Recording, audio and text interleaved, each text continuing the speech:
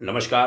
भाग्योदय विचार प्रवाह श्रृंखला की 242वीं 242 कड़ी में आपका स्वागत है, अभिनंदन है। आज रविवार 12 जनवरी 2025 साप्ताहिक वार्ता है। यह एनआईए कोर्ट का एक फैसला आया है बहनों भाइयों। 28 लोगों को आजीवन कारावास की सजा दी है। उत्तर प्रदेश के कासगंज में 6 साल पहले चंदन गुप्ता हत्याकांड पर एनआईए यानी नेशनल इन्वेस्टिगेशन एजेंसी एनआईए न्यायाधीश का फैसला बड़ा खास है। क्या खास है? उन्होंने अपना जजमेंट भारत सरकार के गृह सचिव यानी home ministry government of India को भेजा है। बड़ी कड़ी टिप्पणी करते हुए उन्होंने फैसले की प्रति भेजी और कहा कि हमारे देश में आतंकवादियों, दंगाइयों, अलगाववादियों के पकड़े जाने पर महंगे महंगे वकील कहाँ से उन्हें मिल जाते हैं, तुरंत मिल जाते हैं। उस फैसले का एक हिस्सा बताया गया है कि देश के शत्रुओं का पक्ष लेते हुए गिरफ्तारी बाद में और वकालतनामा पहले कैसे तैयार हो जाता है। ये भी कहा है कि उन पैरोकारों, उन संस्थाओं के पास पैसा कहाँ से आता है जो लाखों लाख रुपए रोज की फीस वाले वकील खड़े कर लेते हैं।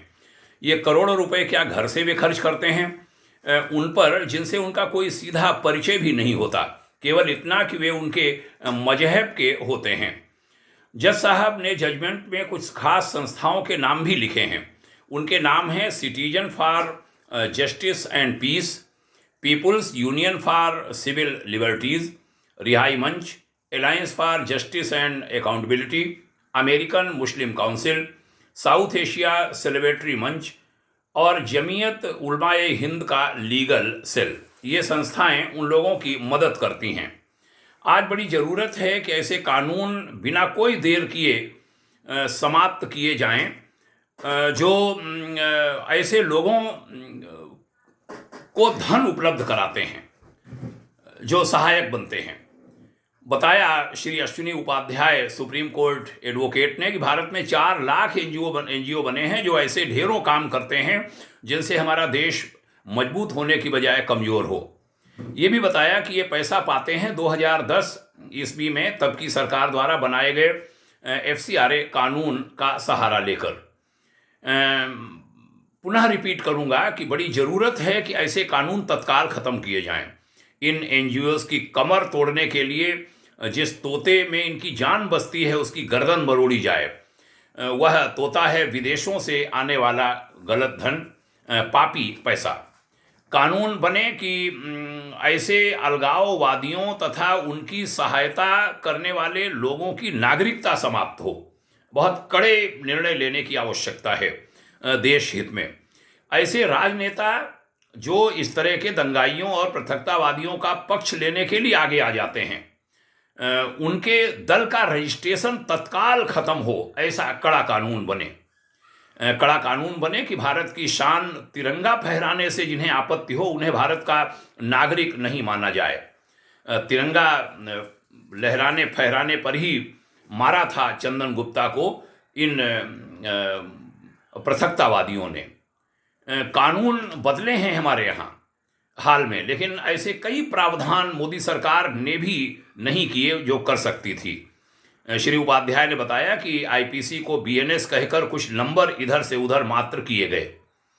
कुछ कड़ाई हुई होगी लेकिन वो ऊंट के मुंह में जीरा के समान है। विदेशी चंदा नियंत्रण कानून जैसे जरूरी कानून नहीं बनाए हमारे नए कानूनों में। दुनिया के कई देशों में ऐसे लोगों की नागरिकता खत्म होने के कानून हैं विधिवत। हमारे देश में ऐसे कानून आने में अड़चन क्या है, यह देखा जाना चाहिए। बहुत दुख होता है जब ऐसे कड़े प्रावधान लाने की बात करने पर हमारे ही कुछ सनातनी समाज के लोग इन दुष्टों को कड़ी सजा देने के खिलाफ खड़े हो जाते हैं, या यूं कहें कि ऐसों के पक्ष में वे खड़े हो जाते हैं। बहुत तकलीफ होती है। क्यों खड़े होते हैं वे देश तोड़कों के साथ? कड़े प्रावधान हो, कड़े कदम उठें पूरी दृढ़ता के साथ। हमें याद है भारत में नोटबंदी जैसे कदम देश में बहुत भारी मात्रा में विदेशी धन देश तोड़ने और अराजकता फैलाने के लिए आने पर उठे थे। हमारी उपस्थिति में पीएमओ में, प्रधानमंत्री कार्यालय में बड़े अफसरों के सामने साथियों ने तथ्यों के साथ साथ बातें रखी थीं। हम उन बातों को हूबहू उजागर करने में संकोच कर रहे हैं।